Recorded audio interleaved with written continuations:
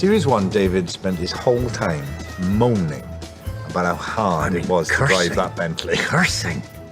This series, I get to drive it. Yes. How are you finding it? Awful. Yeah. Absolutely awful. I now It's terrible. understand everything It's beautiful. It's a thing of great beauty, but you don't want to have to actually drive the blooming thing. Just turning the wheel is like world's strongest man event.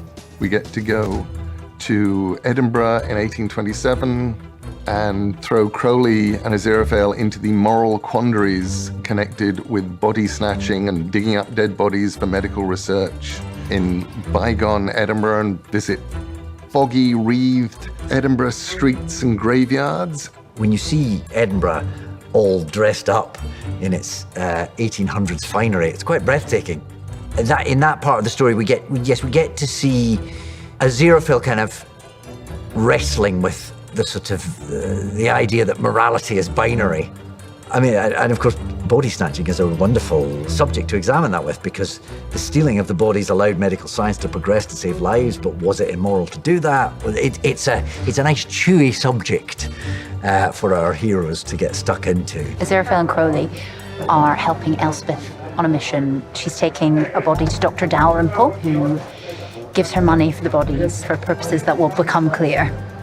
The art department have done an amazing job. Such an immersive world. It's incredibly convincing, and I love the detail of having real hearts. Everything just looks so real, and the universe is so complete for you to walk into. I love merging really old-fashioned techniques with brand new techniques. So when Crowley takes the laudanum and he shrinks down to a very small Crowley, and then he expands, he breaks through the mausoleum ceiling. Crowley grows to be a 40-foot high giant.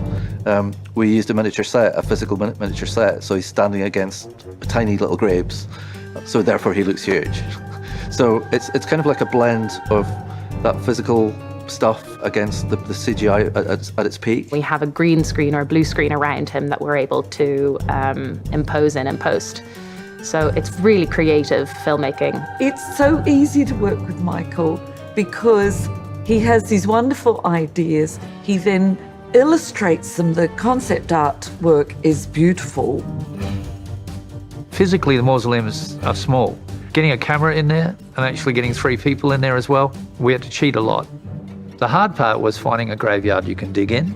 You can never put a shovel in the ground if you're a filmmaker without hitting a pipe, a power line. So we didn't. What we had to do is find a graveyard that had the right aspect, so I could find a place to build a foreground stage area that was higher than the ground at the bottom, so I could dig into that and then create my own graves. You have sinned very bigly, badly, bigly, bidly, bing, bing, billy, bid, bad, billy, boo. Getting to see Crowley drunk is a treat. And not pretendy good, properly good. He drinks laudanum. It's a very intense kind of alcohol, or like ethanol, that would kill somebody. But to a demon, just gives them a good time. We really wanted Crowley and Aziraphale in top hats. There's nothing quite like putting those gentlemen in stovepipe hats and seeing what happens. This is wicked. Oh, I'm down with wicked. I wanted to do a kind of quite a contemporary take on Victoriana for David. So we played a bit with the silhouette. So we obviously have the frock coat and the breeches and the boots. The back of his coat has got a very elongated tail on it. It's in the shape of a serpent's tongue. He also has undertones of red in his costume. So everything is kind of dark and devilish for him at all times. Aziraphale, we just made him golden and glowing, as he always is, with that beautiful blonde hair. We made the top, the basic suit for him, and then we added a top coat because we knew it was going to be freezing out there when we shot. I've got about 5 layers of thermals on under that costume. We were doing night shoots there, so it was freezing cold, incredibly spooky. The scariest thing was the fact that there was a John Hamm statue in the middle of it. Yes. It's depressingly accurate. It's definitely Gabriel. It's uncanny. We ended up spending a lot of money getting somebody just to carve it. And so it isn't actually a carved statue. Not out of stone, I should say, but it's a guy in Italy who carved it for us specially.